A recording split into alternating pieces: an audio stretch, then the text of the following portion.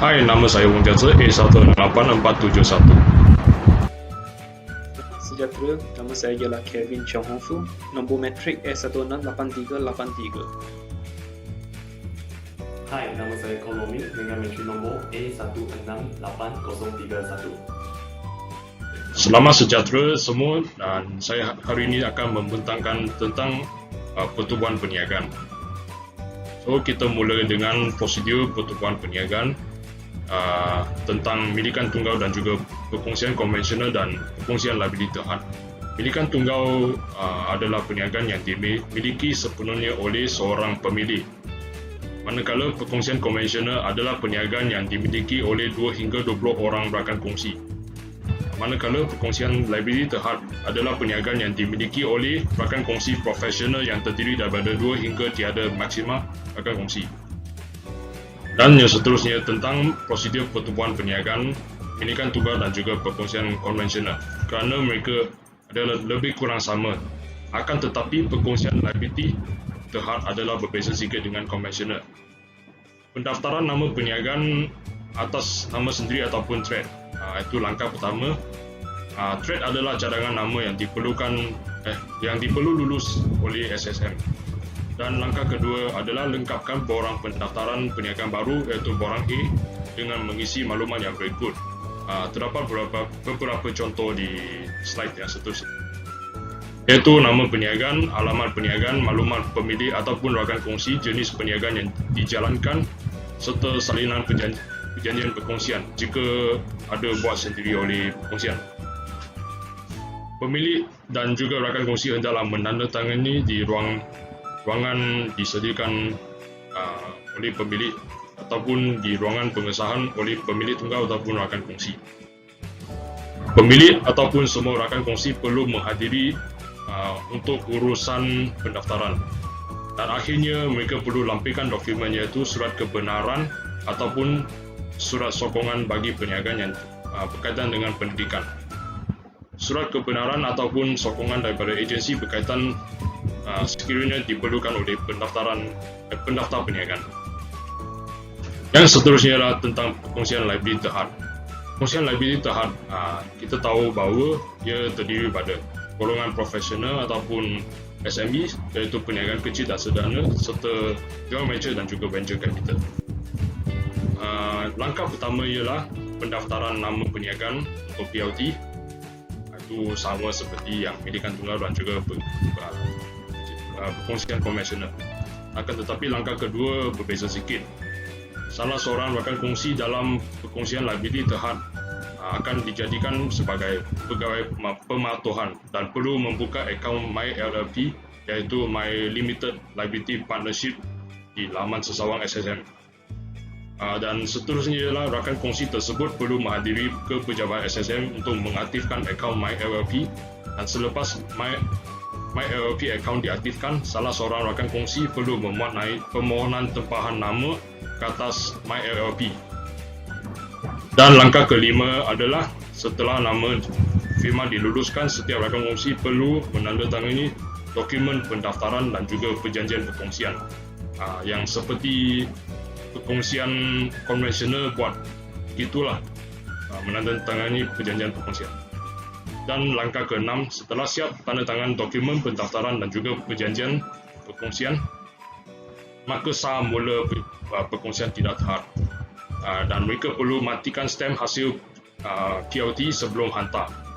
Dan akhir sekali, menghantar dokumen-dokumen yang penting kepada SSM seperti sijil pendaftaran PLT dan juga profil perniagaan. Itu daripada saya. Sekian, terima kasih. Saya akan memberi kepada rakan saya yang seterusnya. Sekian, terima kasih. Seterusnya, saya akan menerangkan tentang prosedur penubuhan perniagaan jenis syarikat sendirian berhad. Pada permulanya, apa yang kita perlu buat adalah membuat penubahan nama syarikat. Contohnya, syarikat wang sendirian berhad. Ini kerana terdapat sesetengah nama yang tidak dibenarkan mendaftar di bawah SSM, iaitu Suruhanjaya Syarikat Malaysia. Adapun ada sesetengah nama yang telah wujud di bawah SSM. Yang kedua ialah membuat persediaan dokumen-dokumen yang perlu difailkan kepada pendaftar syarikat. seperti berikan 3 pilihan nama syarikat dan 3 cadangan aktiviti perniagaan syarikat, cadangan akaun bank syarikat, alamat tempat tinggal. Setelah kesemua dokumen di atas lengkap, kita perlu buat temujanji dengan setiausaha syarikat. Proses penubuhan syarikat di Suruhanjaya Syarikat Malaysia SSM akan mengambil tempoh antara 5 hingga 10 hari. Sijil penubuhan syarikat sendirian berhad borang Seksyen 17 akan dikeluarkan oleh SSM menandakan syarikat berjaya ditubuhkan. Seterusnya, setiausaha syarikat akan memberikan borang Seksyen 17 bersama borang Seksyen 14, notis Seksyen 15 dan notis Seksyen 58 dan 236/2 dan resolusi pembukaan akaun bank syarikat. Akhir sekali, setelah anda menerima dokumen lengkap seperti yang disebutkan di atas, perniagaan syarikat ini boleh dijalankan. Saya akan membentangkan tentang tanggungjawab pemilik tunggal terhadap undang-undang. Perniagaan pemilik tunggal perlu dilaftarkan tidak lewat dari 30 hari dari tarikh permulaan perniagaan. Liabiliti perniagaan milikan tunggal dan pemiliknya adalah sama serta saling berkaitan, iaitu liabiliti tidak terhad. Sekiranya perniagaan tidak mampu membayar hutangnya, harta benda seperti rumah, tunai, kereta, pemilik boleh diambil untuk penyelesaian hutang perniagaan. Pendapatan hasil dari perniagaan milik tunggal perlu dikira sebagai cukai pendapatan individu. Jenis perniagaan yang dilaftarkan hendak tidak menyalahi undang-undang. Perniagaan milikan tunggal juga tidak perlu melantik setiausaha syarikat dan juruawlik syarikat. Hanya perlu menyediakan laporan akaun untuk tujuan penggilaan cukai pendapatan. Laporan akaun boleh disediakan sendiri oleh pemilik atau menggunakan bantuan profesional. Pemilik perniagaan tunggal bertanggungjawab untuk mendapat lesen, permit atau surat kebenaran sewajarnya daripada pihak berkuasa yang berkaitan dengan jenis atau aktiviti perniagaan yang dijalankan walaupun pendaftaran perniagaan tersebut telah dilaftarkan di ASM. Tanggungjawab pemilik perkongsian konvensional terhadap undang-undang adalah status perancangan adalah bukan entiti undang-undang yang berasingan. Liabiliti tanpa had secara bersama-sama dan berasingan tanggungjawab dengan perkongsian yang boleh merangkumi aset-aset peribadi perkongsi. Perkongsian konvensional mempunyai adalah mudah ditambahkan dan prosedur yang pendek, tiada fee dikenakan. Dalam Akta Perkongsian 1961 mengantungi perkara-perkara berikut, iaitu untung rugi dibagikan sama rata, tiada bunga bagi modal yang dilaburkan, tiada gaji untuk rakan-rakan kongsi, dan pinjaman oleh rakan-rakan kongsi kepada peniaga akan diberikan bunga sebanyak 5% setahun. Manakala dalam perkongsian liability terhad, setiap PLT perlu melantik seorang daripada perkongsi PLT sebagai pegawai pematuhan PLT, dan apa yang dia perlu buat ialah mendaftar dengan pendaftar agar membolehkannya menyerap, simpan atau mengemukakan dokumen-dokumen bagi pihak perkongsi atau PLT. Seorang pegawai pematuhan hendaklah bertanggungjawab untuk melakukan semua perbuatan, perkara dan benda yang dikehendaki dilakukan di bawah Akta PLT 2012 dan Peraturan Perkongsian Liability Terhad 2012 seperti berikut. A. Menyatakan serah simpan atau mengemukakan dokumen-dokumen bagi pihak perkongsi atau PLT sebagaimana dinyatakan dalam Peraturan 6 Peraturan PLT 2012. B. Mendaftarkan pertukaran dalam butir-butir PLT yang didaftarkan dengan pendaftar jika dan apabila-nya berlaku sebagaimana dikehendaki di bawah Seksyen 17 Akta PLT 2012. C.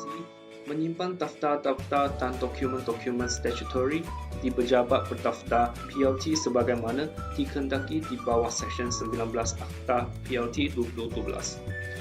D. Mempamerkan nama dan nombor pendaftaran PLT di luar pejabat pendaftaran dan tempat perniagaannya sebagaimana dikehendaki di bawah Seksyen 20 Akta PLT 2012.